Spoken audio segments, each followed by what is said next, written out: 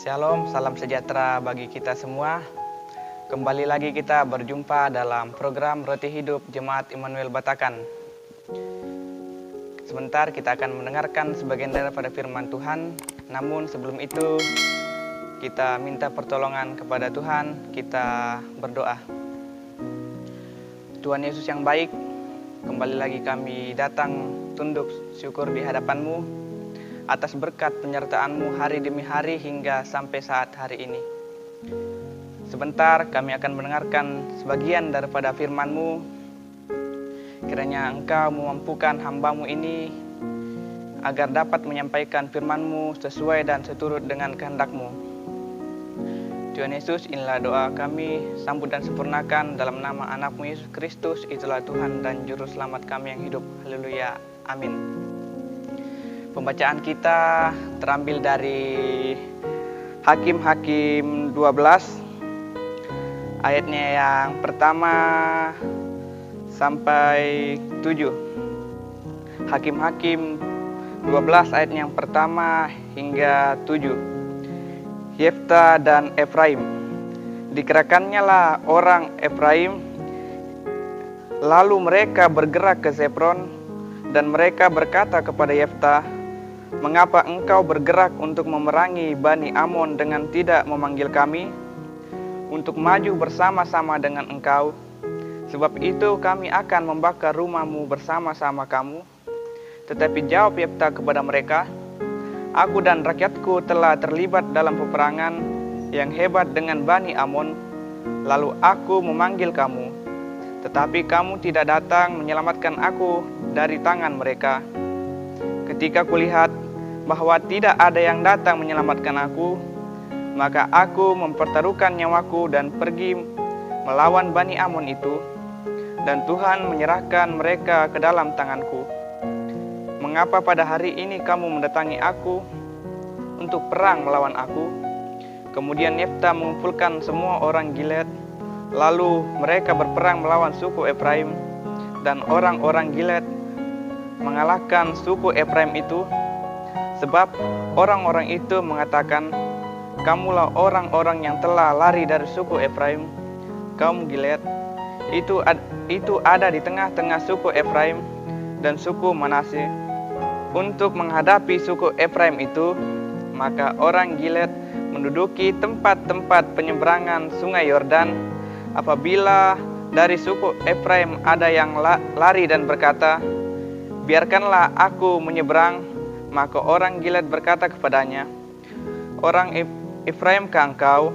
Dan jika ia menjawab bukan, maka mereka berkata kepadanya, 'Coba katakan dahulu Sibolet.' Jika ia berkata Sibolet, jika tidak dapat mengucapkannya dengan tepat, maka mereka menangkap dia dan menyembelihnya dekat tempat-tempat penyeberangan sungai Yordan itu. Pada waktu itu tewaslah dari suku Efraim 42.000 orang. Yefta memerintah sebagai hakim atas orang Israel 6 tahun lamanya. Kemudian matilah Yefta orang Gilead itu, lalu dikuburkan di sebuah kota di daerah Gilead. Sedemikian jauh pembacaan kita saat ini. Dikatakan berbahagia adalah yang mau mendengarkan bahkan merenungkan firman Tuhan bersama-sama pada saat ini. Ya, pembacaan kita ini diberi suatu judul, Buang Iri dan Dengki. Ya, pernahkah Anda melihat seseorang bertikai dengan saudara kandung? Atau jangan-jangan kita sendiri pernah mengalaminya?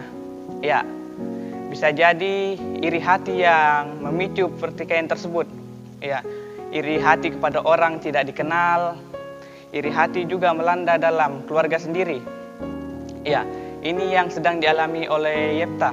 Ia diserang oleh saudara sebangsanya sendiri, Bani Efraim. Ya, karena iri hati kepadanya setelah pulang dari kemenangan melawan Bani Amon. Ya, saudara sebangsanya itu tidak menyambutnya dengan baik. Ya, mereka merasa iri karena mereka itu tidak diajak untuk pergi berperang. Karena dalam peperangan tersebut mereka akan mendapat uang dari hasil jarahan dari peperangan itu ya. Jadi mereka itu iri hati dan mereka tidak menyambutnya dengan baik. Bersama dengan orang-orang di tanah asalnya itu, Gilead, Yefta melawan suku Efraim. Mereka dikatai sebagai orang-orang yang telah lari dari Efraim. Ya, pasalnya mereka itu masih tinggal di tanah Efraim, namun bukan bagian dari Efraim. Ya, dengan jumlah yang tidak seberapa, orang Gilead berhasil mengalahkan suku Efraim dengan taktik yang memanfaatkan perbedaan aksen. Orang Gilead menghabisi suku Efraim hingga 42.000 orang jumlahnya. Ya, pada dasarnya di sini ialah iri hati tidak akan pernah membawa kita kepada akhir yang baik, ya. Namun iri hati akan hanya menimbulkan kerugian bagi kita, kerugian waktu, materi, perasaan, dan lain sebagainya. Contohnya saja ketika kita iri terhadap teman kita yang mencapai suatu kesuksesan dalam bidang pekerjaan. Kita iri kepada mereka, itu tidak bakal membuat kita terus maju. Bahkan hanya membuat kita akan tetap di posisi kita, tidak akan membuat kita berkembang. Namun orang yang kita iri itu akan terus berkembang. Jadi hanya akan merugikan diri kita sendiri jika kita iri. Sebaiknya kita membuat itu menjadi motivasi kita agar kita bisa seperti mereka. Bukannya kita harus iri hati, ya. Kita harus menjadi motivasi kita untuk terus maju, ya. Untuk hidup dalam damai. Dan sebagai orang beriman, jauhilah iri hati apabila kita ingin terhindar dari kehancuran dan menikmati penyertaan Tuhan. Ingatlah akan Tuhan agar hati kita menjauhi rasa iri dan dengki terhadap sesama kita. Sebisa mungkin kita jauhi permusuhan dengan sesama. Kita lebih baik memberikan pujian ketimbang menyampaikan iri hati kita kepada teman-teman kita. Kita mesti tulus dalam menjalani relasi dengan sesama. Itulah panggilan Kristen kita. Amin, firman Tuhan. Demikianlah firman Tuhan yang telah kita dengarkan bersama-sama. Semoga firman itu tidak berlalu begitu saja, melainkan tertanam dalam hati kita dan kita terapkan dalam kehidupan kita sehari-hari. Sebelum itu, mari kita satu dalam doa, kita berdoa. Allah Bapa kami yang bertahta dalam kerajaan sorga, tak henti-hentinya kami sekumpulan anak-anak-Mu ini tunduk syukur, memuji dan muliakan nama-Mu. Kami juga telah mendengarkan sebagian daripada firman-Mu. Semoga tidak berlalu begitu saja, namun tertanam baik dalam hati kami dan kami terapkan dalam kehidupan kami sehari-hari. Tuhan Yesus yang baik, kami juga berdoa buat bangsa dan negara kami, pemerintahan kami, dari pusat hingga ke pelosok. Engkau memberkati pemimpin-pemimpin kami agar dapat memimpin kota ini sesuai dengan kehendak-Mu, dan di situ nama-Mu dipuji dan dimuliakan. Tuhan Yesus yang baik, kami juga berdoa atas pergumulan yang sedang kami alami di negeri kami Indonesia ini. Pergumulan atas penyakit virus COVID-19 yang telah melanda kami selama berbulan-bulan ini. Namun kami yakin dan percaya bahwa Tuhan tidak tinggal diam. Tuhan ada untuk kami dan melindungi kami, menjauhkan kami dari virus-virus tersebut. Engkau juga memberkati tenaga medis yang berjuang untuk menyembuhkan pasien-pasien yang terkena virus tersebut, Tuhan. Engkau menjaga mereka, melindungi mereka, karena di situ nama-Mu dipuji dan dimuliakan.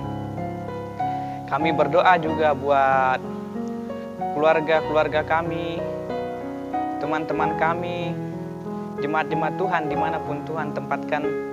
Engkau menjaga kami, melindungi kami, menyertai kami hari demi hari, karena di situ nama-Mu dipuji dan dimuliakan.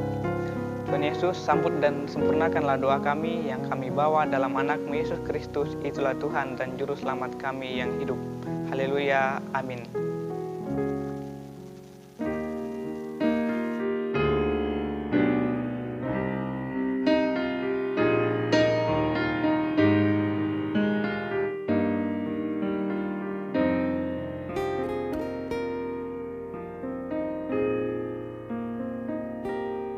Tuhan, ku bila hati kawanku terluka oleh tingkah ujarku dan kehendakku jadi panduku.